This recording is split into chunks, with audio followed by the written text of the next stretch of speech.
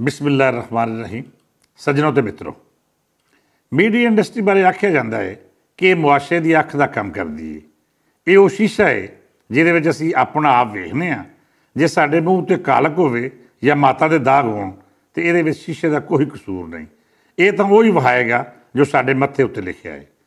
साडे ही मुआशरे की नहीं बल्कि अक्सर मुआशरे में ये रस्म आम है कि अपने मत्थे तो कालक पूंजण की बजाय शीशा ही तोड़ दिता जाए या फिर उन्होंने इन्ना को धुंधला कर दिता जाए कि असल शक्ल ही नज़र ना आए तो वो दाग धब्बे भी लुक जान जिन्हों की चुगली शीशा खाता है।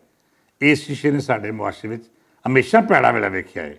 अज की गल करिए तो हालात होर भी माड़े ने। अज इस शीशे यानी सहाफत के शोबे का हाल डाढा ही माड़ा है।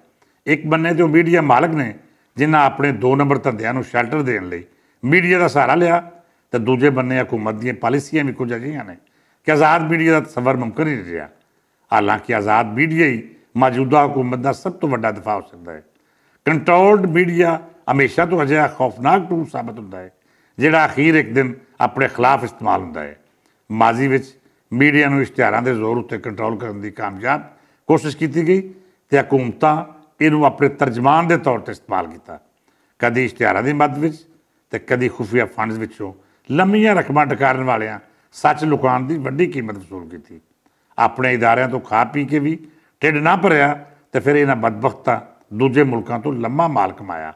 वाजे रहे कि मैं किसी अमन की आशा के मामे का नाम लिया है तो ना ही सूर की धौण वाले उस तजियाकार का नाम लिया है जिहड़ा साडे मुल्क विच रह के हिंदुस्तानी बोली बोलता है। अजिहे होर भी टोड़ मटोड़ ने जिन्हां माल पाने बनाने के चक्कर विच कदी अपना ज़मीर वेचिया तो कदी अपनी माँ यानी धरती माँ की पत का भी सौदा करन तो गुरेज नहीं किया। मीडिया इंडस्ट्री की ओवरहालिंग की लोड़ हमेशा तो रही है। बिलखसूस हुण ते वेले की बुनियादी जरूरत बन गई सी कि मीडिया नूं हकीकी मैणे विच आज़ाद किया जाए। इश्तिहारां नाल ना तो हुकूमत मीडिया नूं कंट्रोल करे तो ना ही मीडिया के कुछ ब्लैकमेलर के हथों ब्लैकमेल होवे। हुकूमत का यह फैसला दुरुस्त है कि हुण सरकारी इश्तिहारां दा हुजम घट करके सरकारी खजाने ते भार घटाया जाए।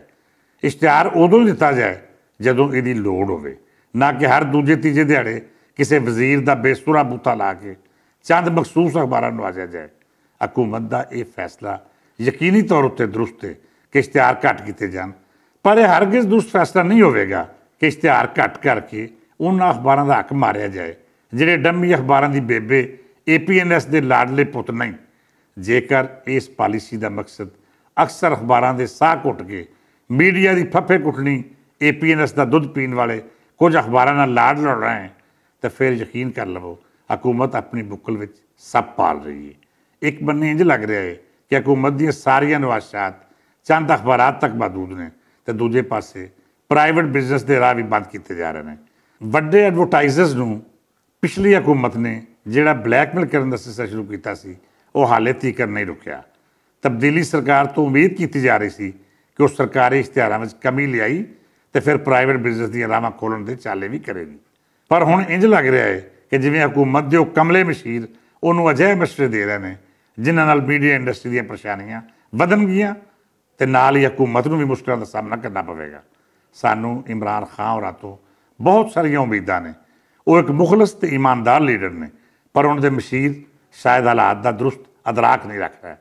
खान साहब नूं मीडिया पॉलिसी का खुद ज़्यादा लेना चाहिए है तो मैरिट की पॉलिसी इख्तियार करदियां APNS जिहा माफिया तो आज़ादी दिवानी चाहिए है।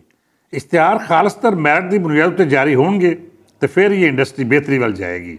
यकीनी तौर पर इमरान हुकूमत पिछलियां हुकूमतां की तरह इश्तिहारां उत्ते APNS का सप नहीं बिठाएगी। इश्तिहारी एजेंसियों के मालकां नूं रिलीफ देगी तो उन्हां उत्ते चैक एंड बैलेंस भी रखेगी। इहो ही वेले ते मीडिया इंडस्ट्री की बुनियादी लोड़ है। इजाज़त दिओ, अल्लाह बेली।